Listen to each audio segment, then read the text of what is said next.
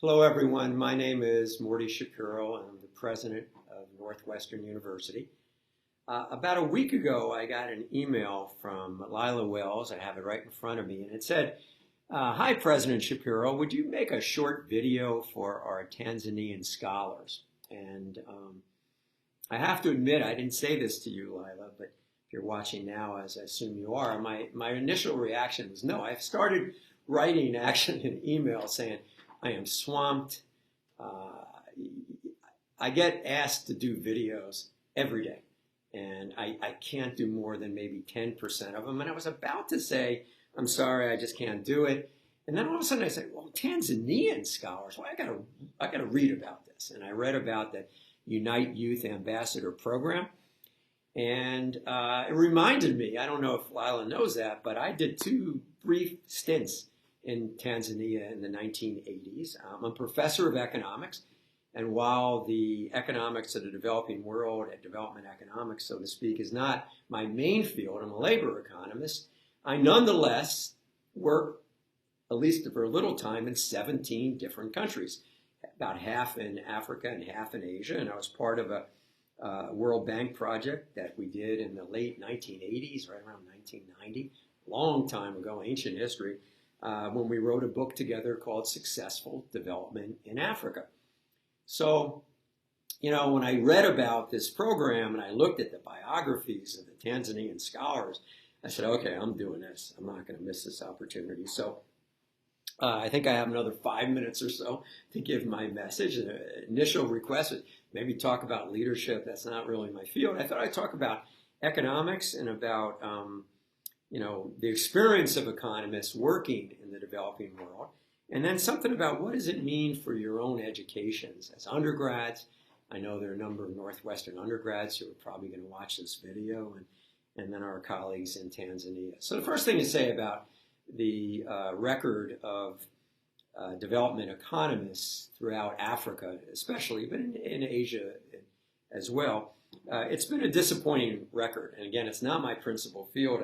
If you're unfamiliar with it, I would recommend Joseph Stiglitz, a Nobel laureate, who extensive experience at the World Bank and worked in a lot of countries, who wrote a fascinating critique of why what we recommended, even when implemented, wasn't as successful as we hoped. I don't believe it was because we had it was any bad will. I think we really cared, and the people with whom I worked in Africa and elsewhere for years, I was doing this on and off for about 8 years, really were well-meaning, but that didn't make us effective. And I have a book here, that Sense and Sensibility, that I co-wrote with Gary Sol Morrison, one of my best friends and colleagues at Northwestern, who's a Slavic literature professor. We wrote a book about, subtitled, What Economics Can Learn from the Humanities.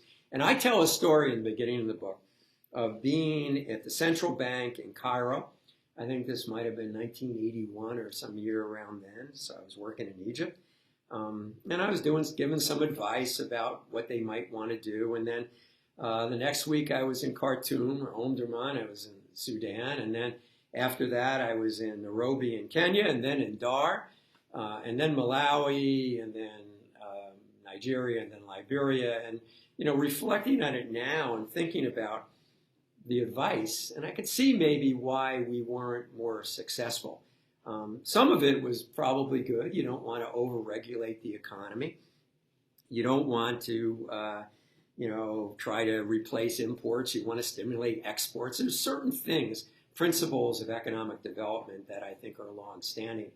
But the problem is when you give advice to people in East Africa, and then a month later you're doing the same talk in West Africa, or you're up in Egypt and Sudan, and then you're doing it in Malawi and Tanzania, it's not going to work very well, because you're not going to know enough about the specific character and culture of those countries.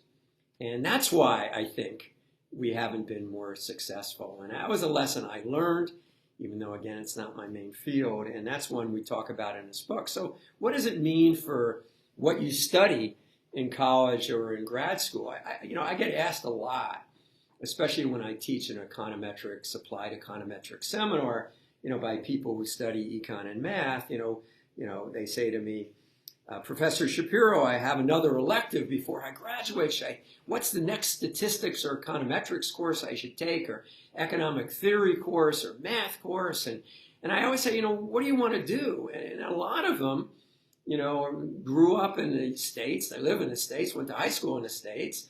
And, they say that they're intrigued by Asia or Africa.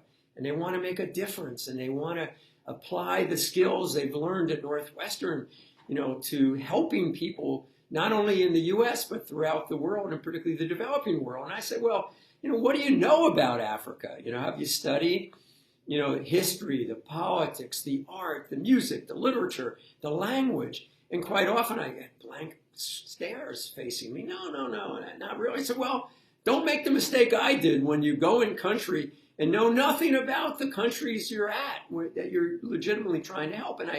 And that's always my message. So I think a broad education, and not having the hubris to think that somehow you're coming from the outside, you know enough about a culture to give sage, wise advice, because you don't. So that's my message. Again, reading the biographies of the scholars from Tanzania, I was so encouraged about the future of this very uncertain world.